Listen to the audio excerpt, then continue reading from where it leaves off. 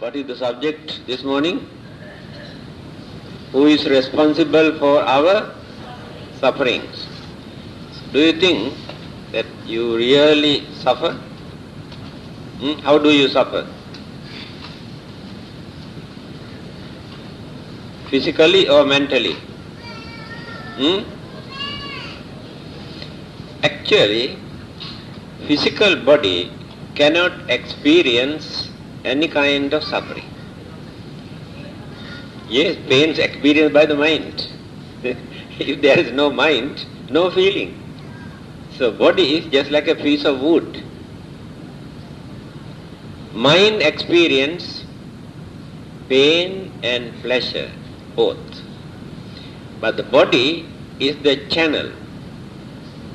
So certain areas in the body, here and there, when something goes wrong, out of order,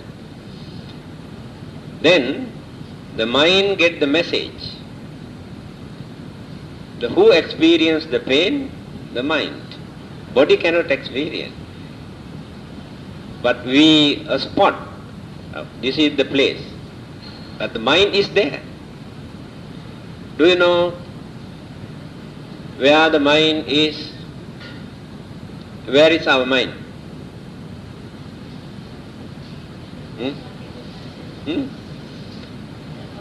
There is a wrong concept or belief started long ago, few thousand years ago, that mind is located in our heart. This is very old, out of date philosophy, psychology. The mind is in our heart.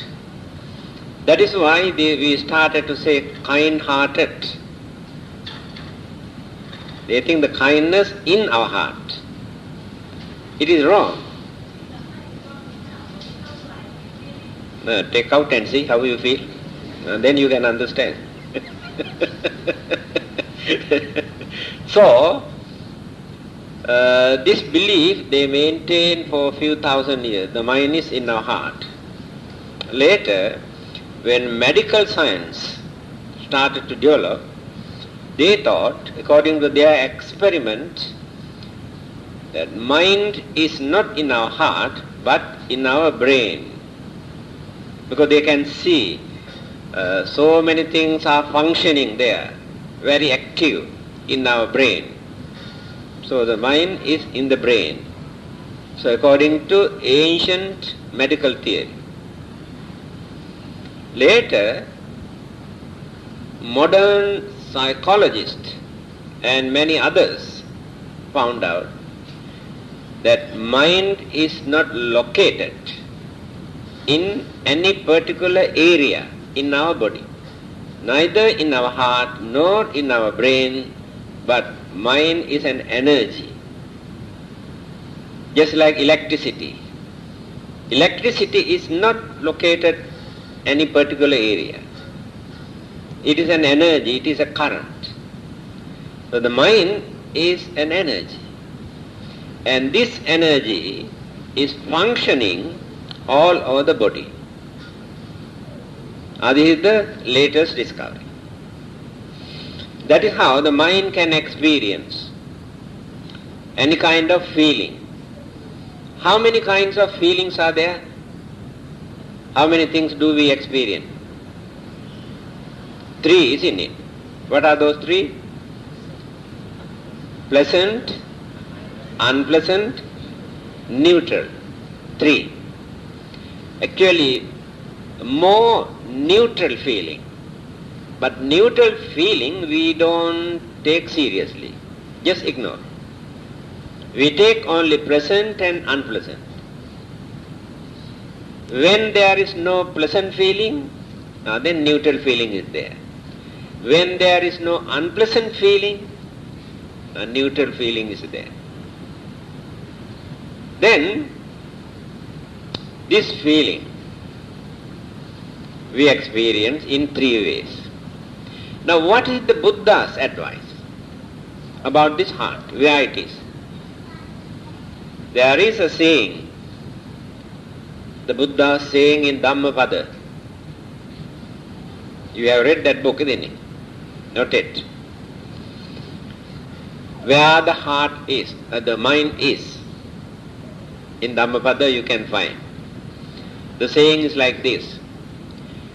Durangamang ekacharang asarirang guhasayang ye chittang sanyamesanti mukhanti marabandhana. That is what the Buddha says. The nature of the mind, he says, Durangama can travel very far and very fast.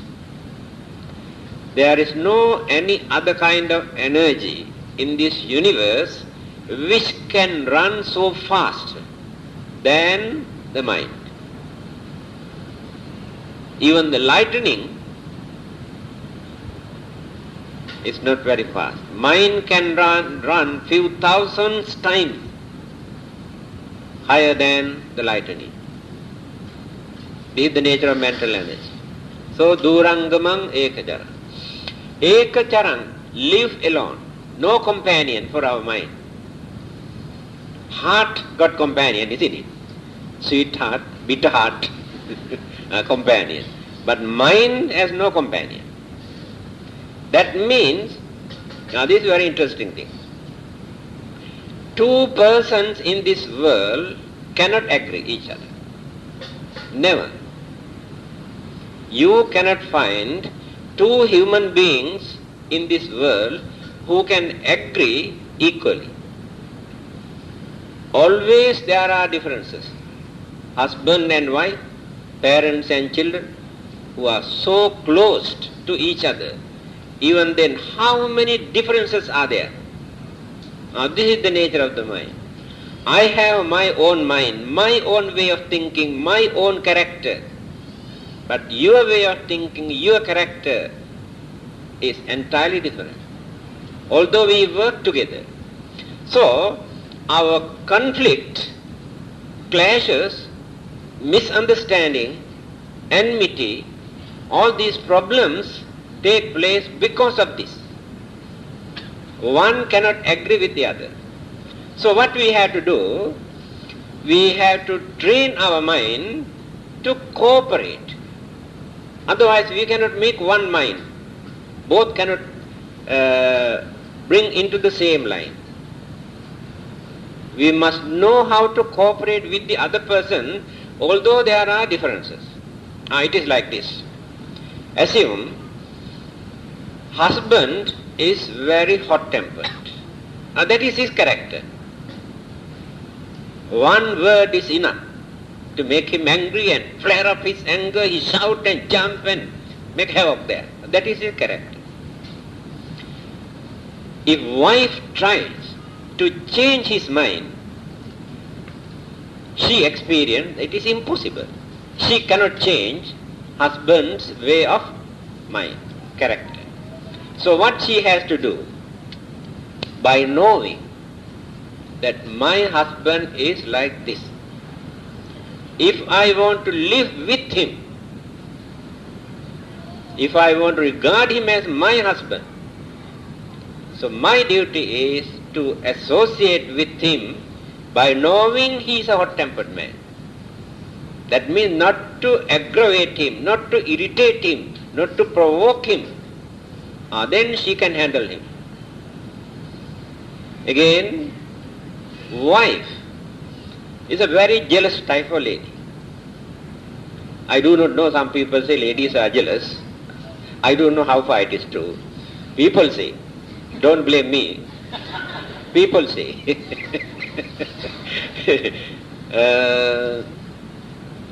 Wife is very jealous. Husband cannot change her mind. If this husband wants to live with her, he must know how to behave in such a way not to create too much suspicion in her mind. Naturally they create suspicion. When he comes home very late suspicion create in the mind. Therefore, his duty is to come home earlier. There are many things that he has to adjust to avoid suspicion. Then she reduced her jealousy. Again, when the husband want to talk to another young lady, he got to be very careful. She should not do that in front of her wife. The wife cannot tolerate it. Create jealousy. But he must know how to behave. This is the way how they have to cooperate.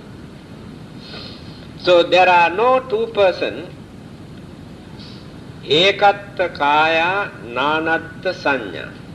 Nanatta kaya ekatta sanya. This is another nice saying of the Buddha. How our equality and differences, physically united, mentally divided. Physically united means our elements, energies, the formations of physical body, functioning all these glands and organs and sicknesses may be very common. But way of thinking, mentality, temperaments are entirely different. Again, ekatta sanya nanatta kaya. By using our full effort, we try to cooperate with the other person, to harmonize. Now we try to maintain harmony and understanding, to work together. Then the trouble started there. Physically we are again divided. My physical body and the other person's physical bodies are entirely different. When the mind tries to cooperate, physical body differ. When physical body tries to cooperate, the mind differ. These are the differences that we are experiencing every day. Still I did not explain what the Buddha says about the mind. Just now I told you, mind can run very fast. Mind runs alone. No companion for our mind. That's why when you meditate, only one mind. You cannot have two minds there. Two minds together cannot meditate individually. Then, durangamang ekajana, asariran. No body. No body means no formation. Visible, tangible object in the mind. That is what all the other religions also say about soul. The soul has no formations, and in simple language they are also trying to say soul is an energy, invisible, without any formation. So there is nothing here in our physical body to point out. The mind is like this. Having seen, observing, studying person's way of doing things, then we say, oh, his mind is like this. But we cannot see the mind. Asariran, no formation. Guha sayang, this is the misleading word, the Buddha word. Live in a cave, like Batu caves. This is a very misleading word. The mind lives in a cave inside our body. That is why the ancient philosophers thought it must be in our heart. It's a very nice cave. The mind is hiding inside the heart.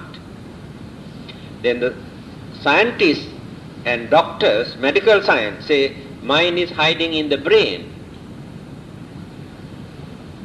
So when you analyze these sayings of the Buddha here, what he says, is not in a particular area, any locality,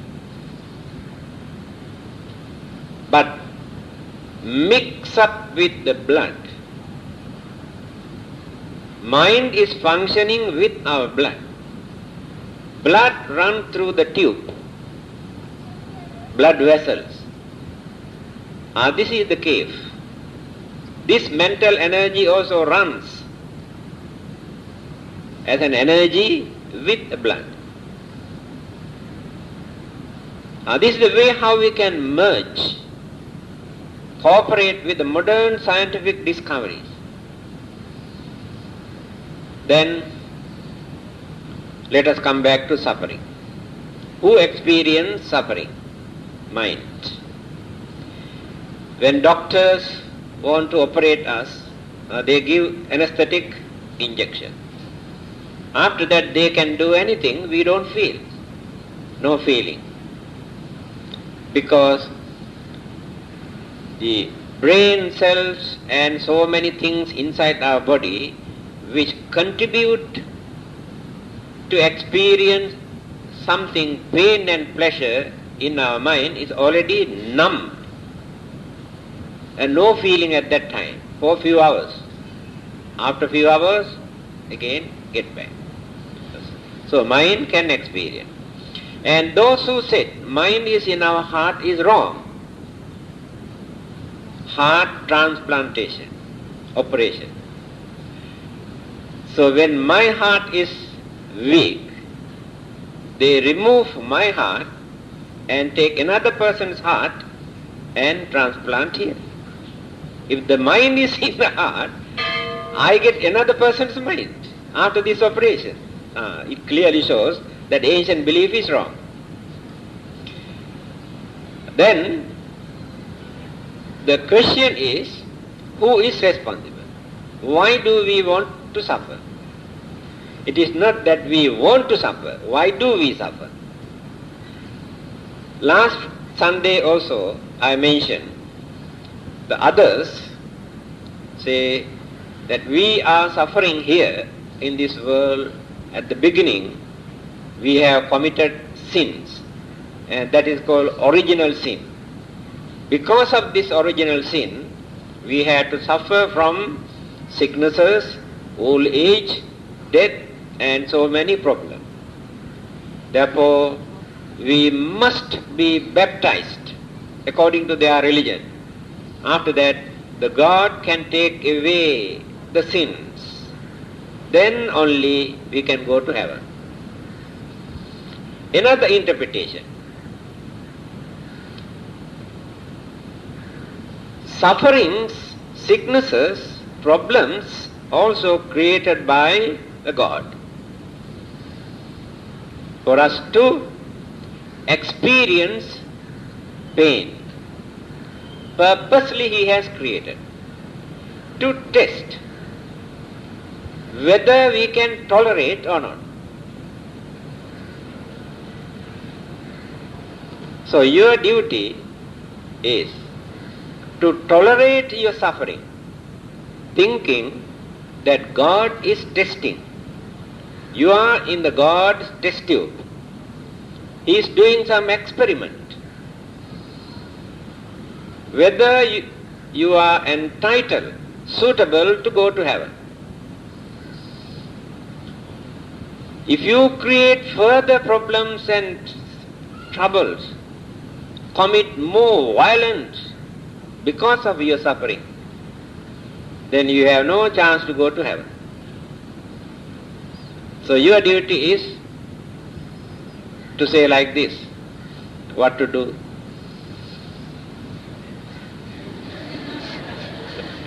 He knows why I suffer. It is will of God, act of God, His wish. What can I do? I must be prepared to go to heaven. This is their religion. This is the way how they try to console, by giving some ideas for you to hold on to keep quiet without creating further problem. Now our argument is this. Assume that it is true that he want to test whether we are suitable to go to heaven. If his idea is to send us to heaven, if the purpose of creation is to send us to heaven or to enjoy heavenly bliss, then what is the big idea of creating us here in this world to suffer?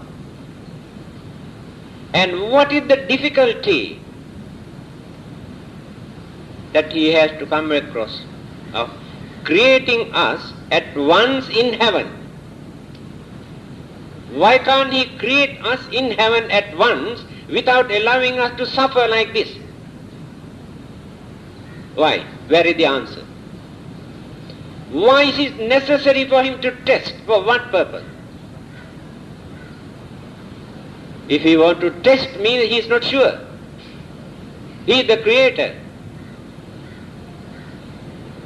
To us, actually, this is a cock and bull story. No meaning at all.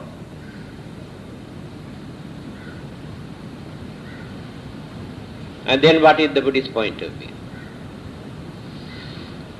Attainment of Buddhahood or gaining enlightenment, still many people have not realized what it is.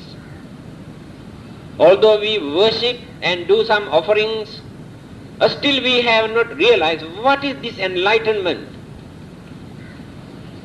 What he realized. That's why some people say, oh, he was inspired by God or given a message. Then he, through this divinity, he gained enlightenment. Otherwise, how can an ordinary human mind gain enlightenment? These are the things people cannot understand. Because all the others got some sort of message from heaven, from God. There is something which we cannot understand. Message was given to whole mankind. But he has given this message very secretly, hiding somewhere, only to one man. Why it is like this? Why can't he appear and announce, this is for the whole mankind? There won't be any controversy. Everybody accept. One man come down from a hill, tell us, when I was there, God appeared. He gave me this message. He asked me to convey this message to others. Why it is necessary to select only one man?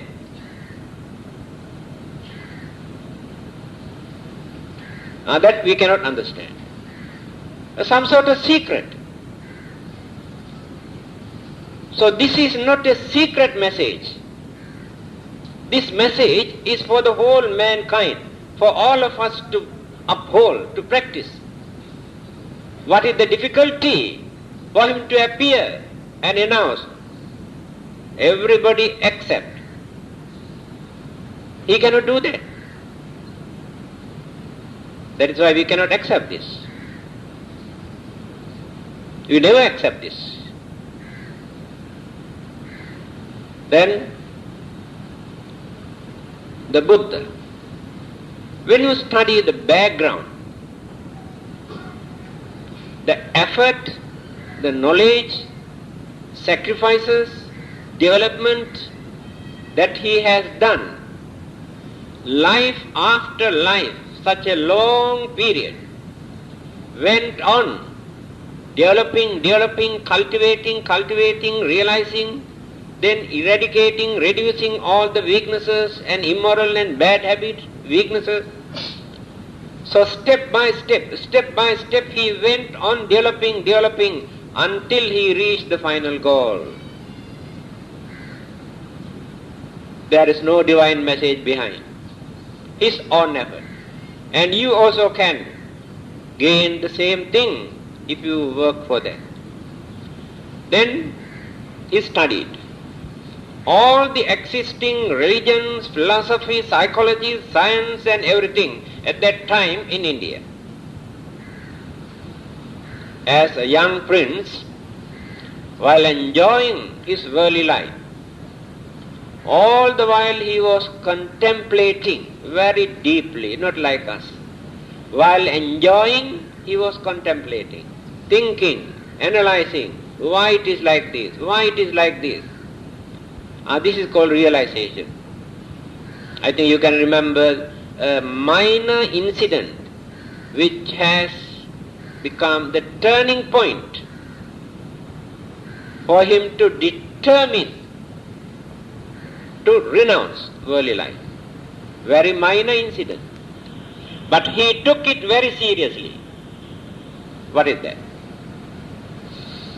As a young prince, when he was sitting in his garden, one day he has seen suddenly a snake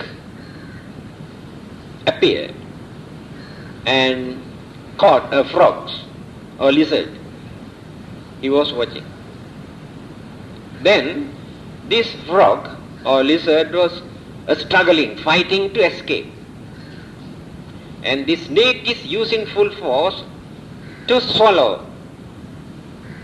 When this battle was going on between the snake and the frog, another big bird came down and taken away the snake. And the frog is still in the mouth. This is a very minor incident. But he took this very seriously. He thought, contemplated very deeply. Oh, this is the nature of existence. Every living being in this world, on this earth, in the water, big or small, a struggle for survival, for living. It is a big battle. The whole world is nothing but a battlefield for all these existing living beings to catch each other. And each and every living being is trying to escape, and others trying to catch. That is what all these living beings are doing all over the world. See the way how we analyze.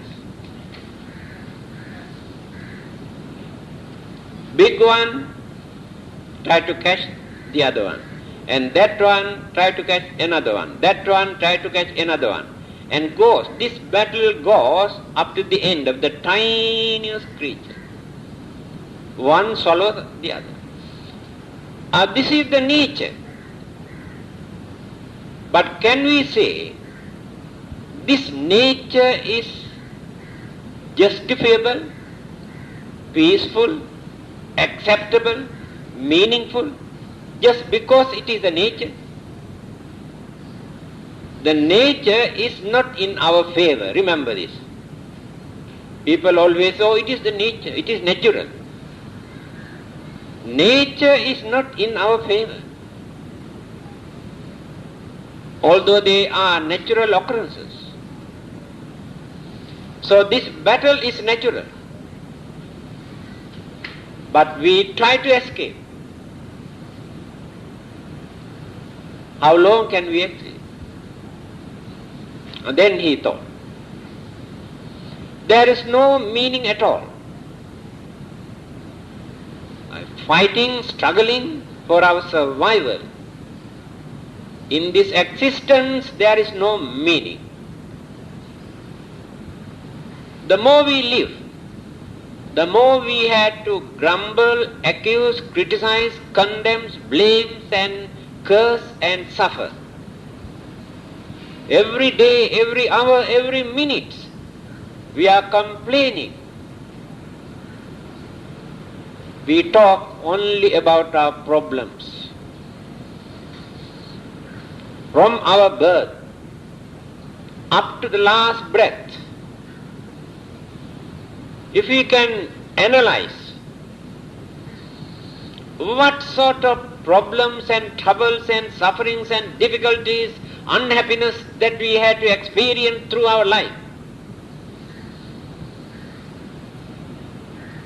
crying and weeping and accusing and fighting and quarreling. Why? In the end, what do we gain? Where is happiness?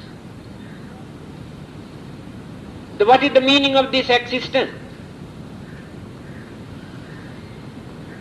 Is there anybody else who is ready to take the responsibility of our suffering? All right? When we have some problems or troubles, just to satisfy ourselves, we go and express our grievances, saying, I want to go and pray.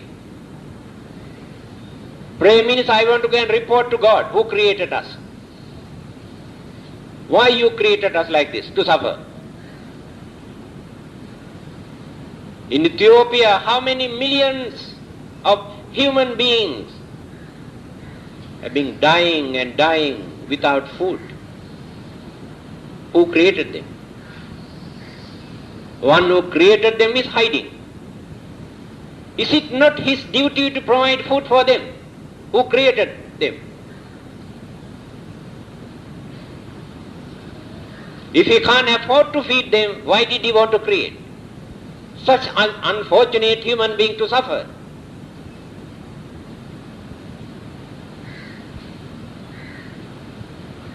But they also pray. Every day they pray, asking their protection, precaution, blessings and this and that, everything. So here you can understand, we cannot settle our problem simply by praying to somebody else or asking favor. That is what the Buddha said. I must try to find out where the secret. No one has realized why we suffer. We create our own imagination, accuse others for nothing, create more enmity, more unhappiness. Then he realized, by enjoying my life as a royal prince in a palace, I won't be able to find out this secret. That is why he decided to renounce. Keep away. Keep away from bondages. Keep away from attachment. Must have free mind. That is called renunciation. Then went on. This is the continuation. Because he had been doing this life after life, life after life. He wanted to complete the remaining few points.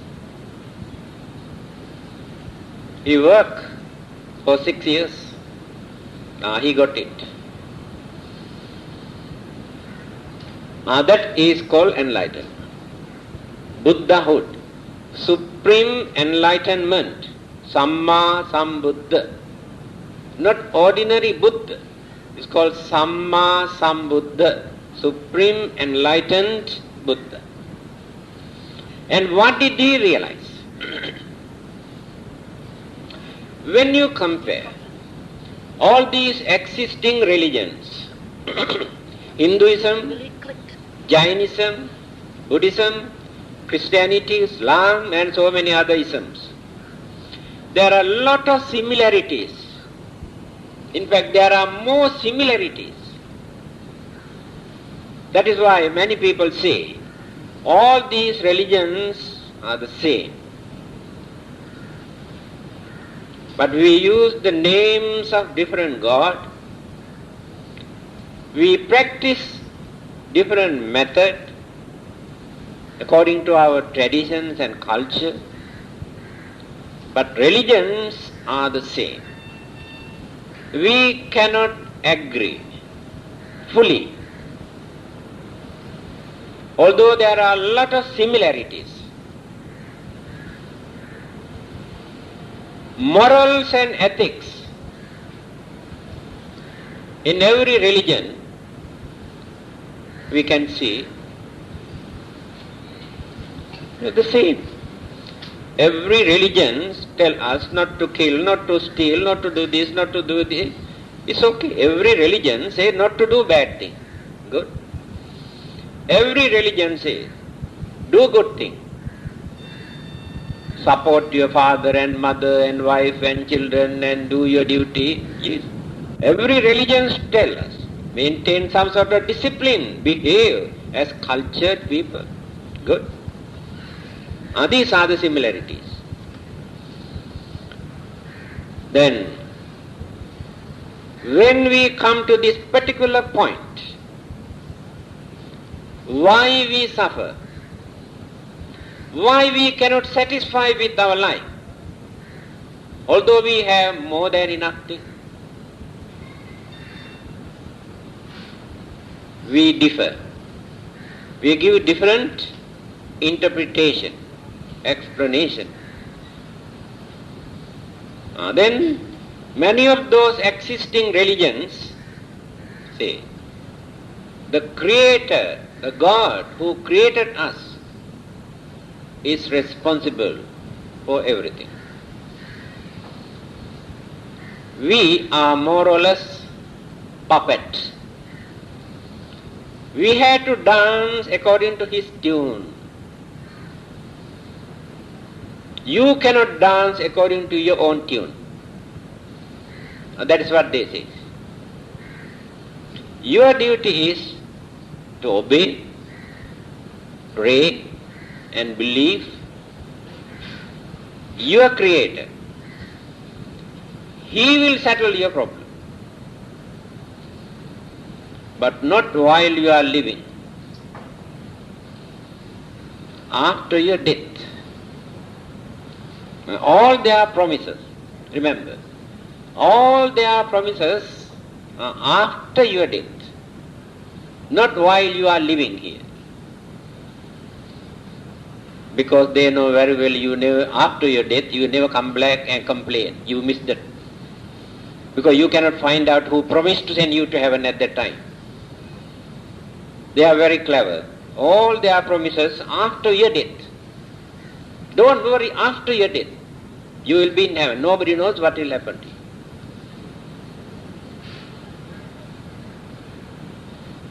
Here the Buddhas. Now let us take the Buddha's attitude.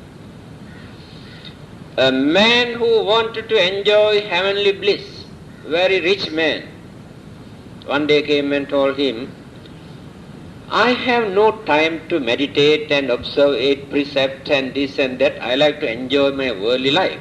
Even then, after my death, I would like to go to heaven and enjoy. And asked the Buddha to tell him how to go to heaven after his death. Then the Buddha said, why do you want to wait until you die to enjoy heavenly bliss? If you know how to handle this human life, you can experience heavenly bliss while you are living here in this world, not only after your death. This is the Buddha's attitude. Remember this. So what did he realize? Through his enlightenment, he found out the secret. All the other existing religions have given If I say wrong interpretation, I think it's not nice. It's not the correct interpretation. That way better, I think. Not nice to say wrong, but not the correct interpretation. After gaining the enlightenment, the bliss, the happiness he gained, he expressed. Automatically these words came out from his mouth. There was nobody to listen. Just like singing. You know, when you are happy, sometimes even without your knowledge you go on singing. Isn't it? Exactly like this. But in his case, it's not singing. A realization. So many secrets that others could not understand. He started reciting like this. Aneka jati sansarang sandha vissang anibhisang gahakarakang gave santo dukkha jati punapunang gahakaraka ditthosi punagehang nakahasi sabbate phasukha bhagga gahakutang visankhitang visankharagatang cittang tanhakkhayo majjaga. This is his way of singing under the Bodhi tree. This is the language, the spoken language. Aneka jati samsara. Such a long period. Within this cycle of birth and death, repeated birth and death, I had to suffer in various ways. Struggling for my survival. Again sicknesses, old age, death and suffering. Again rebirth, old age, sicknesses, death. Again birth, old age, sicknesses, death. Again birth, sicknesses, death. That is what we are doing. We are going round and again start new one. In the end, again reluctant we depart from this world, again appear, again goes one round, again appear. And sometimes two-legged, sometimes four-legged, sometimes two wings, sometimes like snakes, sometimes birds, sometimes devas, sometimes devils and ghosts and spirits and humans changing. That is what we are doing. Here I had this experience. Because he got that knowledge. Gahakarakam gave santo. We have been searching the remedy, solution to see the end of all our suffering. To find out who create all these problems, who create this unhappiness, who create this formation like this for us to suffer. Then he says, Gahakaraka ditthosi, today I have seen who is responsible, who creates all these problems, who create this physical body for us to suffer like this. Not in the image of God. But this is, he is going to explain, who created. Gahakaraka ditthosi. Punagehang nakahasi. Now I have broken all his materials that he used to erect, to build this house once again. Dismantle and destroy. There are 5. When a contractor wants to build a house, he uses sand, cement, stones, timber, iron. Isn't it? So in the same manner, to build this house, once again, we use 5 elements or ingredients. This people could not understand. Because all the while they were referring to God, but never analyze in this way to find out who is responsible. There are 5. Remember. Avidya, Trishna, Karma, Upadana, Bhava. These 5 ingredients used by one particular person, that I'll tell later who this person is, used by one particular person to build this house. Last Sunday I told you, this body is not our life, isn't it? You can remember. This is a house. This is a house that the Creator, I am not referring to God, the Creator erected for that life to settle down.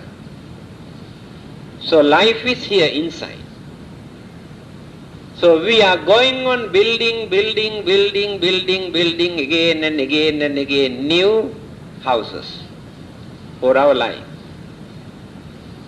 Stay there for a certain period. When this one decay, collapse, then again build another one. Now this one is going on decaying. After a few years' time, and build another one. Enter into that one, then go on building. When that one decay, run away and build another one. Here these are the 5. Avidya, Trishna, Karma, Upadana, Bhava. Remember the meaning. First thing is our ignorance. First ingredient. If there is no ignorance in our mind,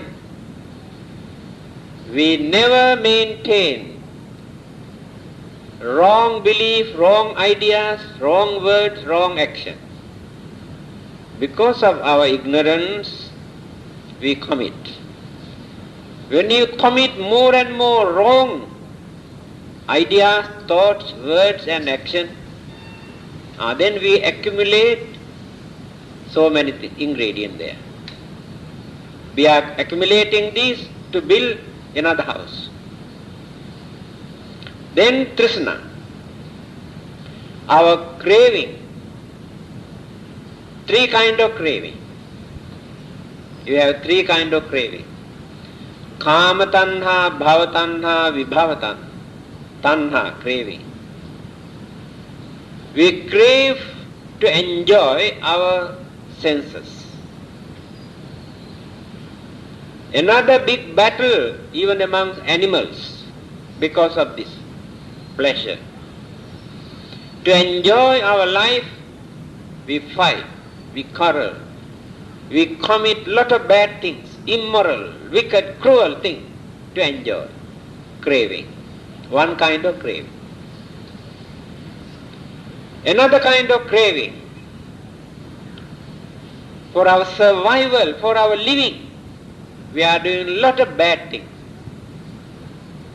Bluffing, swindling, cheating, robbing, killing, destroying, burning, bloodshed, violence, for our living. That craving. Not only that, we are also doing certain things for us to live, to have immortal life, everlasting life, eternal life, not knowing the nature of life. If we can understand the nature of life, we never create such ideas in our mind that there will be eternal life anywhere. It is ignorance. Second kind of craving. Third one is more dangerous. craving for non-existence.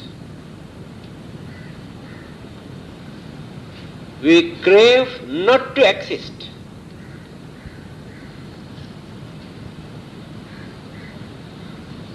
When we got fed up, when we cannot tolerate any more, we decide to commit suicide. Craving. It is craving for non-existence. Because we think when we kill ourselves, we will be able to get rid of our problem. That is ignorance. That is called unsatisfied craving. When we could not gain what we want, we cannot tolerate it. Another kind of craving for non-existence. You maintain some sort of belief in your mind that hereafter, after your death, there is nothing. All those religions, philosophy, what they talk about our next existence or heaven or hell or another rebirth, all rubbish. No meaning at all. They say we don't like to have another life. We don't believe that there will be another life. That means they don't like to have another life. That is also craving for non-existence. Because they don't like to be born again due to certain disappointment. Disappointment have taken place because of craving. Craving is there. These are the three kinds of craving. Craving for pleasure, craving for survival or eternal life, craving for non-existence. This craving is another strong ingredient which build this house again, used as an ingredient. Next one, karma. Every minute, day and night, even in our dreams, while we are sleeping, we accumulate certain karmas, good and bad, every minute. Minds create good and bad karmas according to our thoughts. The words that we use create good and bad karmas. The action, certain things that we do for various purposes. These three things create good karma and bad karma. Whether you believe it or not, this is natural. So this karma that we are accumulating, collecting day and night, become another energetic force there. Fourth one, the attachment, our affection, our inclination that we develop towards certain things become another strong force.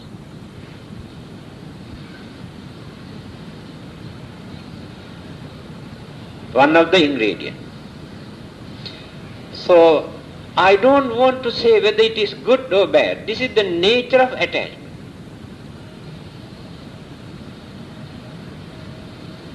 Last one is called bhava. Bhava means karma formation.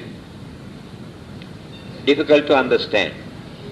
Karma formation means when we are going to die, listen carefully. One day, when we are going to die, certain strong karmas determine to condition to produce one particular life hereafter. either to become a human beings or animals or spirits or devas or brahmas or any other form of living being, due to certain particular karma. Although there are so many other karmas, good and bad. When this particular karma is settled down and working at the last thought in that dying man's mind, after that, this mental energy, pure mental energy,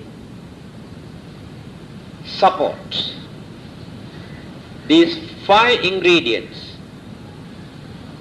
Depart from here with the mental energy, then settle down again according to our own karma. Either upward or downward or thisward. Karma is responsible for that. Not the God. Karma is responsible. Settle down, then start to build another house.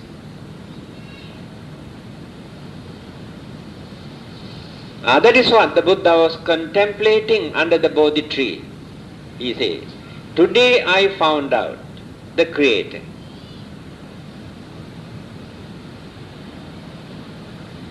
Aneka jati samsarang sandhavissang anibhisang gahakarakang gavesanto dukkha jati punappa gahakarak ditthosi punagehang nakasi. Now you cannot build any more house for me, because I have dismantle and destroy all these 5 ingredients. No more.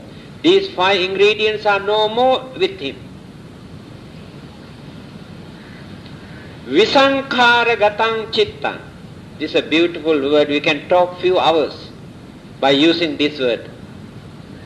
In my mind, no more sanskaras now. But all of us have sankharas. What does it mean? Good habits and bad habits. Mental tendencies. The nature or the way of thinking, the way of talking, the way of doing things. Our mood, attitude, character, temperament. There are 52 altogether. Our mental habit, 52. Those ingredients are no more in my mind. Sankaragatam chittan, this chitta, this mind is pure, clean. Those 52 ingredients are no more in my mind. Now you can understand how he gained enlightenment. Because all those rubbish are no more in the mind. We cannot get enlightenment because this is a dustbin. Lot of rubbish we accumulate. Not wisdom, knowledge, understanding. We collect rubbish. Then we have got enlightenment. Tanhakkhayo majjaka, here the culprit. This is the creator. In the end he says, tanhakkhayo majjaka. Trishna, craving, desire, anxiety, selfishness, all these words you can merge into one. This craving is the creator. This craving used those ingredients to build this house again and again and again. This craving developed our mind to have sensual pleasures, struggle for survival, struggle for non-existence, craving. So this craving is completely eradicated, wiped out, no more in my mind. Then gain the enlightenment. This is the cause of suffering. Now who is responsible for your suffering? Your own craving. Remember, but you cannot accept, you cannot understand. Still you think somebody else is responsible. Either God or devil. Let us analyze a little bit further. you worry about your life, it is suffering. Then who is responsible for this suffering? Your craving, isn't it? You are craving for this. You worry about your property, thinking thieves may come and take away. Then your craving towards your property is the cause of your suffering. And others come and torture you, cut you, shoot you, kill you to take away your property. Who is responsible for this suffering? Your craving. Because you have accumulated lot of properties. If you have not done that, nobody come and disturb you. So your craving is responsible for that suffering. Again you worry about your children, your husband, your wife. Why? You have craving and attachment toward them. If you have no craving, attachment and love, in simple language, toward them, you never suffer. So it does not mean that you should not love your husband, your wife and your children. As I mentioned earlier, these things are natural. All these things are natural for worldly life. But on the other hand, you must remember, all these natural things in return create sufferings. Now you love your child so much. You have developed your craving and love. Give some sort of happiness. Suddenly something has happened to this child. The motor car accident. Died. You suffer. Who is responsible for your suffering? Your own craving, love, attachment toward this child is the cause. Nothing else. That is what the Buddha wanted to tell us. It is true, although we cannot practice. It takes long time for us to develop one after the other until we gain clear understanding. Then we have fear. Fear of sicknesses, fear of old age, fear of death. Why do we maintain this fear? Because of our craving. If there is no craving, why do we worry about it? Because these are natural. Again we have fear. After our death, we do not know what will happen to us. We may think sometimes become an animal, or may go to hell, or become a ghost. We have that fear. Again this fear we maintain because of our craving. Because we don't like to suffer there. So everywhere, craving, craving, craving, craving, craving, nothing but craving. Craving is the main cause of our suffering. When we renounce many things, then we can go on reducing our suffering. Because we reduce our responsibilities, we reduce our attachment, we reduce our crazy attitude towards so many things, then the mind becomes free and reducing burden. So only method that we can adopt in order to avoid our suffering is by reducing our craving. By accumulating more and more to get rid of your suffering, in the end you experience more suffering. So that is not the solution. This is the secret of suffering. Now you can understand who creates our suffering. If I suffer, my own craving is responsible. Although others try to come and disturb me, I never suffer if I have no craving towards this physical body, this life. When a person attains arahanthood, sainthood, the Buddhahood, after eradicating this craving, they do not develop any more attachment or craving toward this physical body. In fact, they are waiting to get rid of these burdens. This is a burden, this nuisance. Because every day they had to feed, clean, wash, suffer from various sicknesses. To them, it's a real burden and nuisance. Just because they don't like to commit suicide, they keep quiet. When the death comes to them, naturally, they never try to escape. They never run away. They feel happy. After that, they can experience real nibbanic bliss. At that time, they experience nibbanic bliss while suffering with the physical body.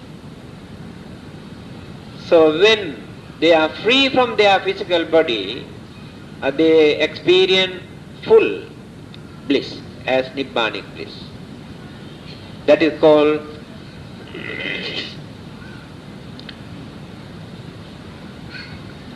experiencing nibbanic bliss, parinibbana. Nibbana and parinibbana. When a person attains arahantahood or buddhahood, it is parinibbana. But physical body still creates trouble, problems, sicknesses, old age, pain. When that physical body is no more, then parinibbana, complete freedom without any disturbances from this physical body, no more suffering.